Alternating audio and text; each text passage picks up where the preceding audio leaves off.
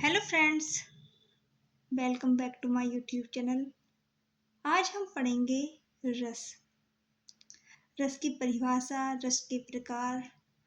अलग अलग आचार्यों ने रस के प्रकार किस प्रकार स्वीकार करे हैं, वे सब हम आज समझने का प्रयास करेंगे।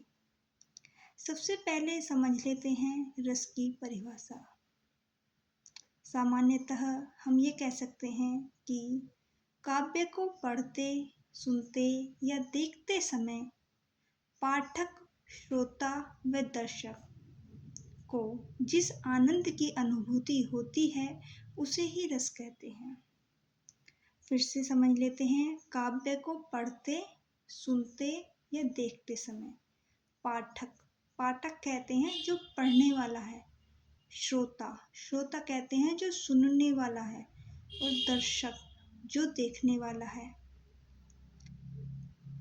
दर्शक को जिस आनंद की, इन तीनों को, पाठक भी हो सकता है, श्रोता भी हो सकता है और दर्शक भी।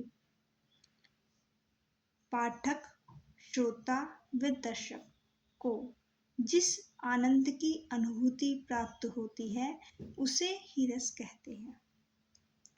काव्य को पढ़ते, सुनते या देखते समय पाठक, श्रोता व दर्शक को जिस आनंद की अनुभूति प्राप्त होती है उसे रस कहते हैं। रस के प्रकार।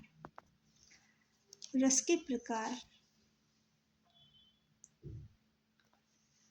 सबसे पहले एक आचार्य हुए थे जिनका नाम है भरत मुनि, जिनकी रचना का नाम है नाट्य शास्त्र।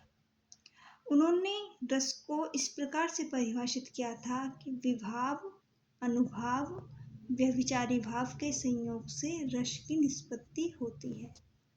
विभाव, अनुभाव, व्यभिचारी भाव के संयोग से रस की निष्पत्ति होती है।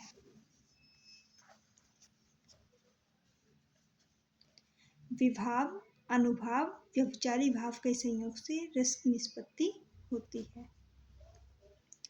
भरत मुनि ने अपने नाट्य शास्त्र में मुख्यतः 8 रस स्वीकार करे। भरत मुनि ने अपने नाट्य शास्त्र में 8 रसों को स्वीकार किया, जिसमें से श्रृंगार, हास्य, करुण, रौद्र, वीर, भयानक, विभत्स, अद्भुत, ये 8 रस आचार्य भरत मुनि ने अपनी रचना नाट्य शास्त्र में स्वीकार किए। उसके बाद एक आचार्य हुए जिनका नाम था मम्मट। उन्होंने शांत रस को नवमा रस माना। उन्होंने शांत रस को नौमा रस स्वीकार किया। आचार्य मम्मट ने अपनी रचना काव्य प्रकाश में 9 रस स्वीकार करे। उसके बाद एक आचार्य हुए जिनका नाम था आचार्य विश्वनाथ, जिनकी रचना है साहित्य दर्पण। उन्होंने 10 रस स्वीकार करे। 10वां रस उन्होंने वात्सल्य को माना। आचार्य विश्वनाथ ने 10 रस स्वीकार करे अपनी रचना साहित्य दर्पण में। वात्सल्य के उन्होंने 10वां रस स्वीकार करा। आचार्य दंडी ने 8 रस माने। अभिनव गुप्त ने 9 रस माने। आज भरत मुनि ने 8 रस माने, दंडी ने भी 8 रस माने, मम्मट ने 9 रस माने, अभिनव गुप्त ने भी 9 रस माने और विश्वनाथ ने 10 रस माने।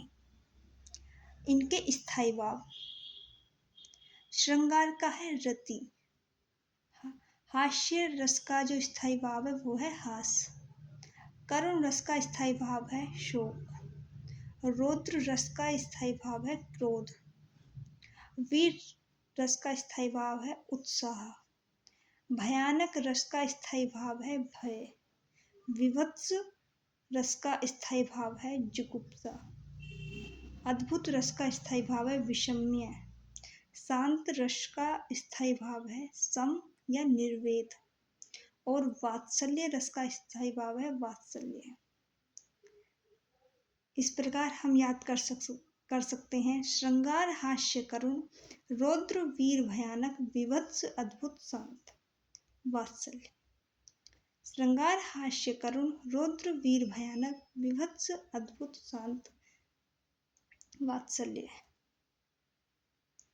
यदि आपको हमारा ये वीडियो अच्छा लगा हो तो वीडियो को लाइक करना एंड चैनल को सब्सक्राइब करना।